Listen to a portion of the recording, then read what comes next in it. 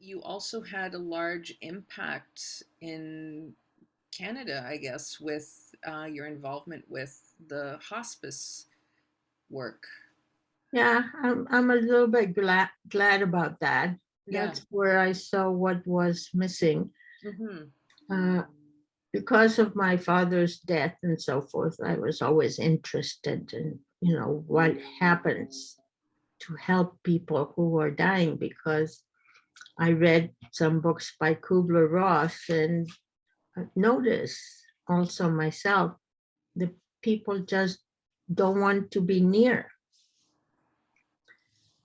And I notice this on my own right now.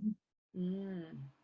When I put on Facebook that I was intending to leave in November, I have a whole bunch of friends who are friends and have been friends, but all of a sudden come out of the closet to be known.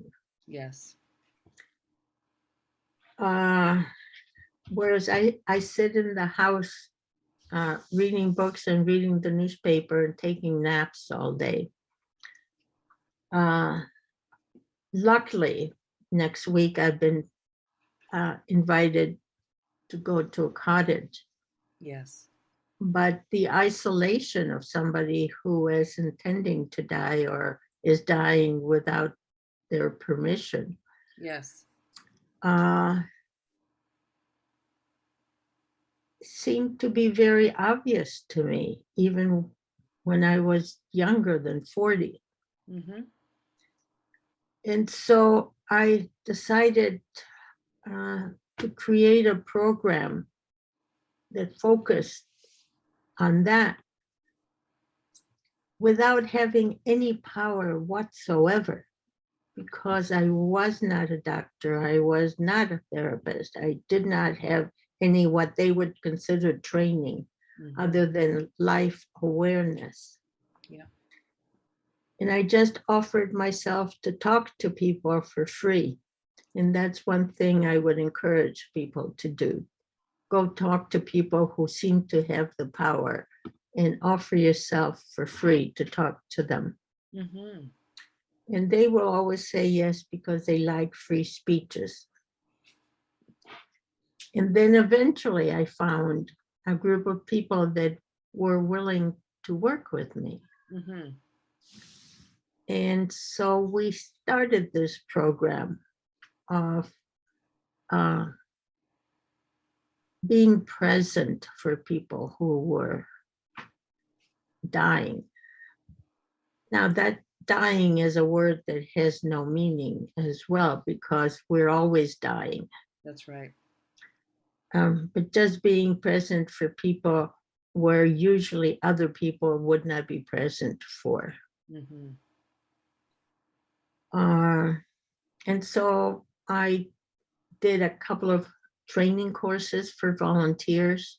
And one of the volunteers got terminally ill and went into hospital and asked the doctors to put our program in the chart as Mm-hmm. an order.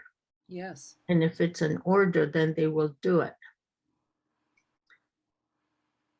Whereas for myself, I had to tell my doctor, I want a referral to a palliative care system, which is what they call it now because it's medically based. Yes.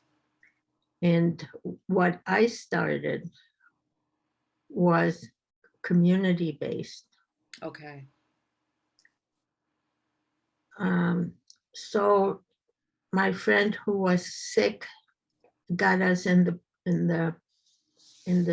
file in the chart, and we went to see her, and then we learned how to keep track of who was there. And somebody had the gift always of organizing this, which is more than I had because I was focused on the care of the human thing, Mm-hmm. but was very necessary to have organization too.